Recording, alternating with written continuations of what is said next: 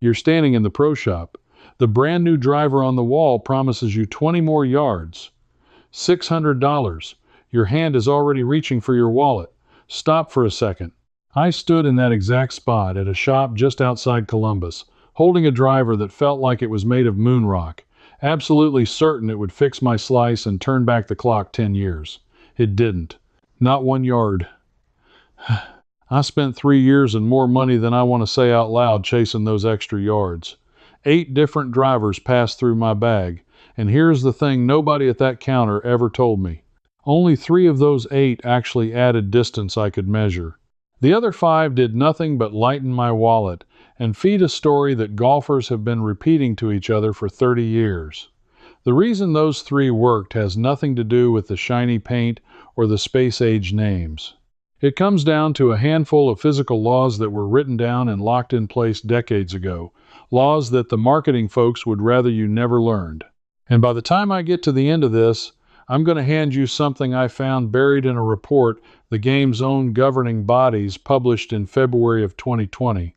A single number in that document explains why the average golfer's drives have barely moved in 20 years, no matter how much they spend. Best part? Everything I'm about to show you works with the driver you already own, sitting in your garage right now. You don't have to buy a thing. Let me take you back to how this started, because I was the most stubborn skeptic you ever met. For most of my golfing life, I believed the oldest lie in the game. I believed that distance came from the club. I thought if I just found the right driver, the right hot face, the right big head, the ball would jump off it like it had a rocket strapped to the back. Every couple of years, I'd trade in a perfectly good driver and hand over $400, $500, $600 for the newest one. I did that for the better part of 2 decades. Here is the first thing that cracked my belief wide open.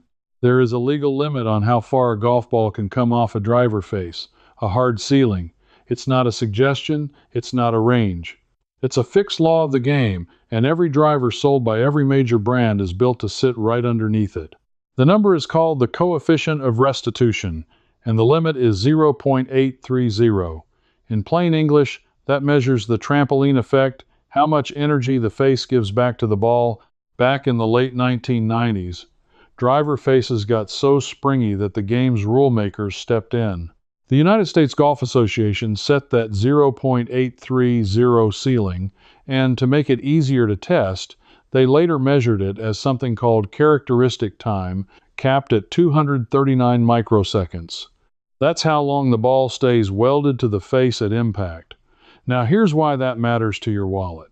Once a driver hits that legal limit, it physically cannot give the ball back any more energy. It's against the rules. And the top drivers reached that ceiling years ago. So when a company tells you their new 2024 model is faster off the face than last year's, they are describing a ceiling that was already touched a long time ago. There is no more room. The trampoline is already as bouncy as the law allows. I didn't believe that at first either. I figured, well, maybe the old ones weren't quite at the limit and the new ones squeeze out a little more. So I did something I should have done years earlier. I took 2 of my drivers, one nearly 10 years old and one fresh off the shelf, to a fitting bay with a launch monitor. Same ball, same swing, same day. The ball speed off the 2 faces was within 1 mile per hour of each other. 1 mile per hour. That's the difference I had paid $500 for. But that experiment opened a much bigger question, one that kept me up at night. Because if the faces were the same, then why on earth did some drivers genuinely feel longer? I wasn't imagining it. 3 of my 8 really did add yards. So what was actually going on? The answer turned out to be the loft. And this is where the first of my 3 real winners comes in. Because it's the opposite of everything the distance driver ads scream at you. Walk into any shop and the drivers marketed for distance are the low loft ones. 8 degrees, 9 degrees. The ad shows a young man with a swing like a whip launching a low bullet that seems to run forever. So I bought into it. For years I played the lowest loft I could find because I thought loft was the enemy of distance. Loft made the ball go up, and up meant short, right? Dead wrong. And the proof goes back to a machine. Back in the 1960s, the Golf Association built a mechanical golfer, a robot arm that could swing a club exactly the same way every single time. They nicknamed it Iron Byron, after the great Byron Nelson, whose swing was so consistent people said he was a machine himself. For decades, that robot has been used to test balls and clubs under laboratory conditions.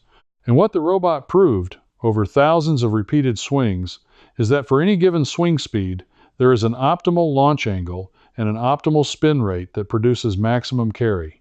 Get those two numbers right and the ball flies its absolute farthest.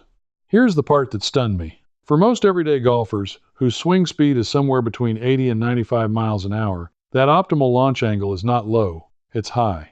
We're talking 14, 15, even 16 degrees of launch coming off the face with a spin rate somewhere in the low 2000s, but we've all been sold the low bullet. We buy 8 and 9 degree drivers because the professionals play them and the ads glorify them, and then we spend the rest of our lives launching the ball too low with too much spin, watching it dive into the ground 40 yards short of where it could land. When I finally swapped my 9 degree head for a 10.5 and later even tried an 11, my carry distance jumped. Not by a hair, by 15 yards measured on the monitor, same swing. That was the first of my 3 real winners. Not a new driver, more loft on the driver I already had, but understanding why that works led me straight into something bigger, something that made me a little angry the more I dug into it. Because if simply adding loft could give me 15 yards for free, why was every distance driver on the wall pointing me the wrong way?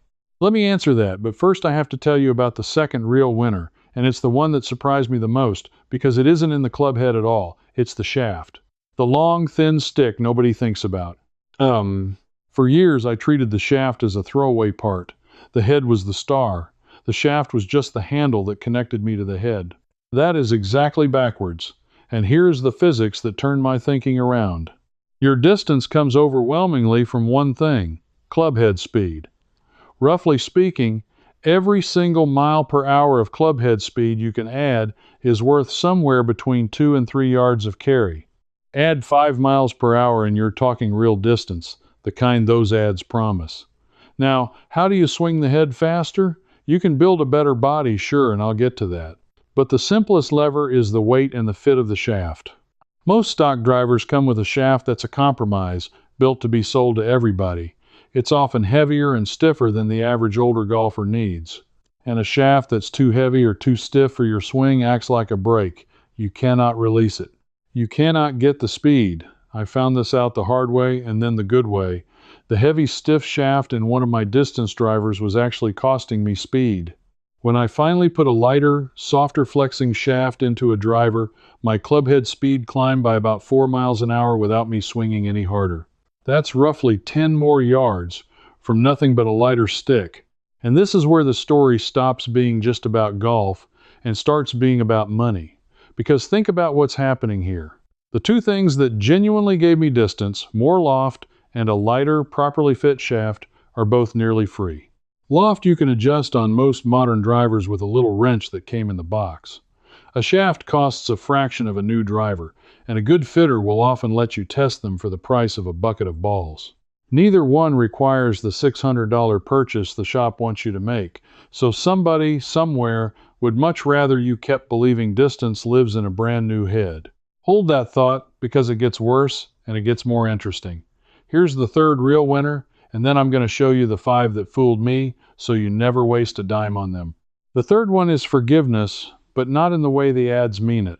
Let me explain, because this one is subtle, and it's the difference between a good round and a miserable one. Every driver head has a property called moment of inertia. It's a mouthful, so just think of it as resistance to twisting. When you hit the ball dead center, twisting doesn't matter. But be honest with yourself, how often do you hit it dead center? I sure don't. Most of my drives catch the face a little toward the toe or a little toward the heel. And when you miss the center, the head wants to twist, and that twist robs the ball of speed and sends it offline. A high moment of inertia head resists that twist. So your off-center hits, your real-world hits, keep more of their ball speed and fly straighter and therefore longer on average. Not your best drive, your average drive. And your average drive is what actually fills up your scorecard. The governing bodies cap this too. The maximum moment of inertia allowed is 5,900 in the units they use, and the maximum head size is 460 cubic centimeters, a limit that was locked in place back in 2004. The reason the big drivers all look the same size now, that fat squarish 460 they've been selling for 20 years, is that they all bumped into the same legal wall 2 decades ago. They're built as big and as forgiving as the rules permit, and they've been that way since before some of your grandkids were born. So there it is, my 3 real winners: the right loft, the right shaft, a high forgiveness head. Every one of them about matching the club to your body and your swing, and not one of them about the magic new model on the wall. And notice what all 3 of those have in common. They're about the man swinging the club, not the club. That's the same reason a bad strike is a bad strike, no matter what's in your hands, and it's why I sat down and wrote out the whole field-based system I've been rebuilding my own game with. In 3 books you can read tonight in the garage with the clubs already in your bag. No lesson booked, no gadget, nothing bought. One is on killing the slice that leaks your driver right using an old setup feel from before 1950.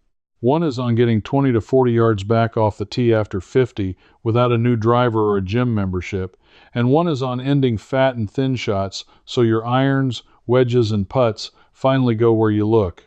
They're already published, they download straight away, and you can be running the first drill inside the hour. Scan the QR code right there on your screen, or the link in the description, or the pinned comment to get the books. Now, the winners are only half the story because I promised you 8.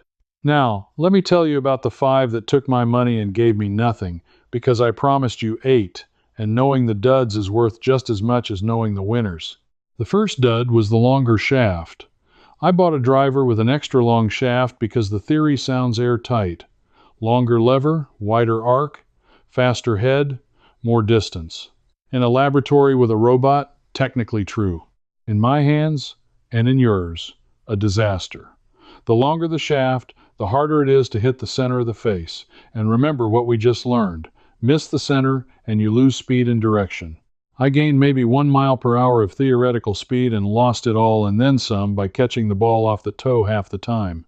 The pros actually cut their driver shafts shorter than the stock length for exactly this reason. Control beats theoretical speed every time. The second dud was the draw bias anti-slice driver.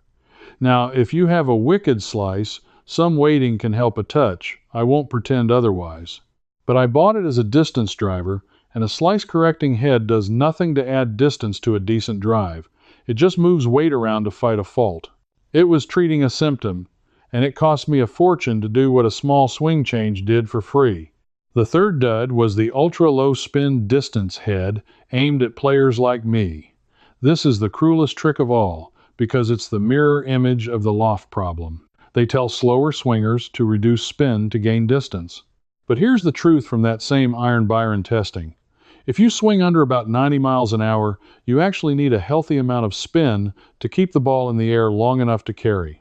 Strip the spin out of a slow swing and the ball falls out of the sky early. I lost distance with a low spin head. Lost it. The very feature marketed to make me longer made me shorter. The fourth dud was paying for the newest model year.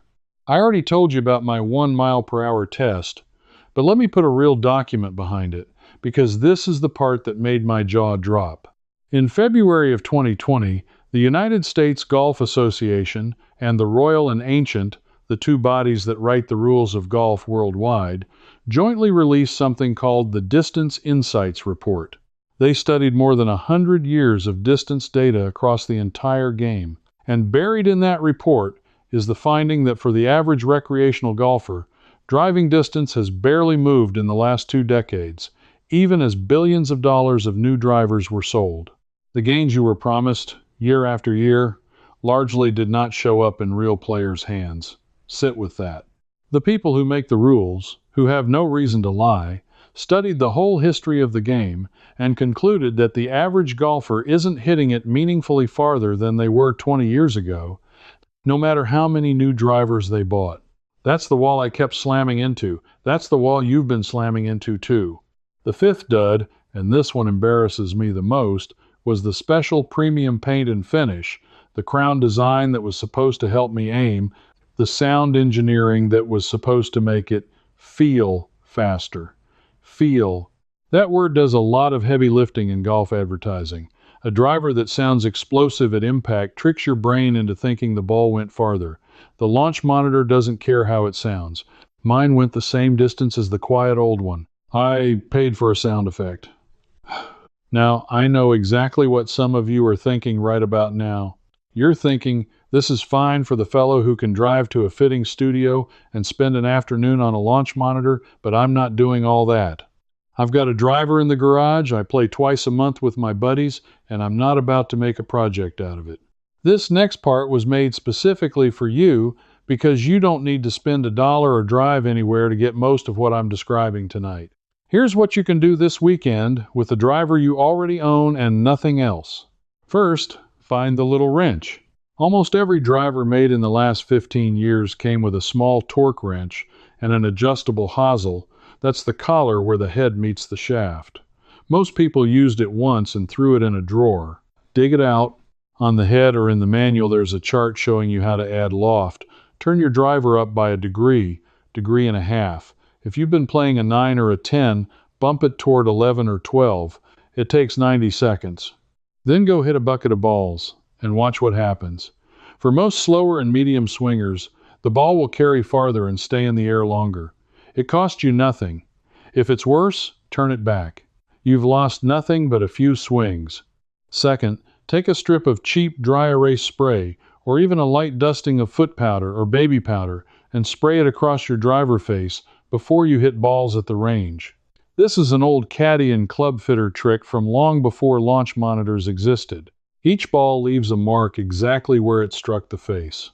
After 10 swings you'll have a map, and I promise you, most of your hits will not be in the center. You'll see a cluster toward the toe or low on the face, and that pattern is worth more than any new driver because it tells you exactly where your free yards are hiding. Center face contact alone with the club you own is worth more speed than any model upgrade on the wall. Third, and this is completely free, grip down. Choke down on the driver a ½ inch to an inch. It effectively shortens your shaft. And remember what I said about the long shaft being a dud, this does the reverse. You'll catch the center more often, your misses will tighten up. Your average drive gets longer, even though your best drive might be a touch shorter. And your average drive is your scorecard. Do those 3 things this weekend and I'd bet money you find yourself 10 yards longer without buying a single item. That right there is the whole game. And it's been sitting in your garage the entire time. Now let me pull back and tell you how we all got so turned around, because this is the part that changed how I look at the whole business. For most of the game's history, distance came from the player and the ball, not from some miracle in the head. Go back to 1991. A man named Ely Callaway put out a driver he called Big Bertha, named after a First World War cannon. It had a bigger head than anything before it, made of stainless steel, and it genuinely helped everyday golfers by being more forgiving. That was a real leap. But here's what happened next. The industry learned a powerful lesson from Big Bertha's success. They learned that golfers would pay almost anything for the promise of distance. Not distance itself, the promise of it. And from that point on, the yearly cycle began. A new driver every single year, each one promising to be longer than the last. But the physics ceiling I told you about, the 0.830, the 460 cubic centimeters, the 5,900 moment of inertia, those walls got built through the late 1990s and locked shut by 2004. Which means for 20 years, the drivers have been fundamentally maxed out. Every new model since has been fighting over crumbs, a fraction of a mile per hour here, a gram of weight there, dressed up in new paint, and a louder crack at impact, and a name that sounds like a fighter jet. The distance you were promised couldn't come from the head anymore. It was already against the rules to give you more. So the industry sold you the feeling of distance, while the real levers, loft, shaft fit, and center contact sat there ignored because you can't put those on a poster. You can't charge $600 for advice to grip down an inch. Somebody figured out a long time ago that the money isn't in what actually works. The money is in what you can put a shiny sticker on. That makes me a little hot under the collar, and I suspect it does you too. But I promised you something I found buried in that 2020 report, and I want to make good on it. because it's the piece that ties this whole thing together, and it's the one thing you can act on this weekend that beats any driver ever made. Here it is. The single biggest lever on your distance, bigger than loft, bigger than the shaft, bigger than the head, is the one thing no company can sell you and no rule can cap. It's the efficiency of your strike, measured as something called smash factor. That's just the ratio of how fast the ball leaves compared to how fast the head is moving. And the physical maximum, the absolute ceiling written into the laws of the game because of that 0.830 face limit, is right around 1.50. Think about what that means. There's a hard ceiling on how efficiently any human can transfer energy to that ball, and it's the same ceiling for the professional and for you. When a touring professional and a weekend player both catch the ball perfectly on the center of the face, their smash factor is nearly identical, right up against that 1.5. The pro's advantage isn't a magic driver. It's that he hits the center almost every time. You and I catch the center maybe 3 swings out of 10. So the buried secret, the thing the report's own numbers point straight at, is this. You don't need more equipment, you need more center hits. And the fastest way an ordinary golfer raises his smash factor toward that professional ceiling is the powder on the face drill I gave you, plus gripping down for control, plus a loft that launches the ball at its optimal angle. Do those 3, and you close the gap between your average drive and your best drive. That's where your 20 yards actually live, not on the wall of the shop, on the center of the face you already own. This is knowledge that fitters and old caddies and the robot named after Byron Nelson have quietly known for 60 years. It got buried under a mountain of marketing because nobody makes a nickel teaching you to hit the center of a club you already have. But it survived, written right into the physics and confirmed in a report the game's own rule makers published. And now it's yours. So let me leave you with the thing that took me 3 years and far too much money to finally understand. The distance was never in the store.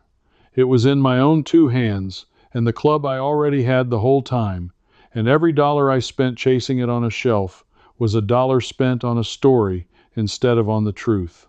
If you're the kind of person who'd rather understand how a thing actually works than be talked into buying the newest version of it, who trusts a little common sense and an old caddy's trick over a slick advertisement, then you already know why this matters. You weren't born to be sold to twice a year. You were born to figure things out and keep your money where it belongs, in your own pocket. Now I want to hear from you. Which of those 5 duds did you fall for?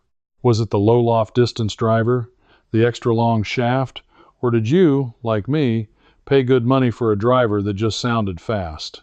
Tell me in the comments. I read every one, and I especially want to know if you go try the powder on the face drill this weekend and what your pattern looks like. And while you're at it, tell me where in the world you're watching from, because I love seeing how far this reaches. If this saved you from your next $600 mistake, come join the rest of us who are done being sold to and are recovering the practical know-how that got quietly buried. Subscribe and stick around, because next time I'm taking apart the golf ball itself, and I found out that the difference between the $12 ball and the $50 ball is not at all what the box tells you. You're going to want to hear that one before you buy another dozen. Before you go, one thing. This video gave you the overview, but the full 3-driver breakdown and that buried governing body number are waiting inside the Old Ways Almanac. If a question comes up, ask me directly. A real person, me, answers you myself, no robots. You'd be joining thousands of Old Ways folks already in there with us. Just point your phone's camera at the code on screen.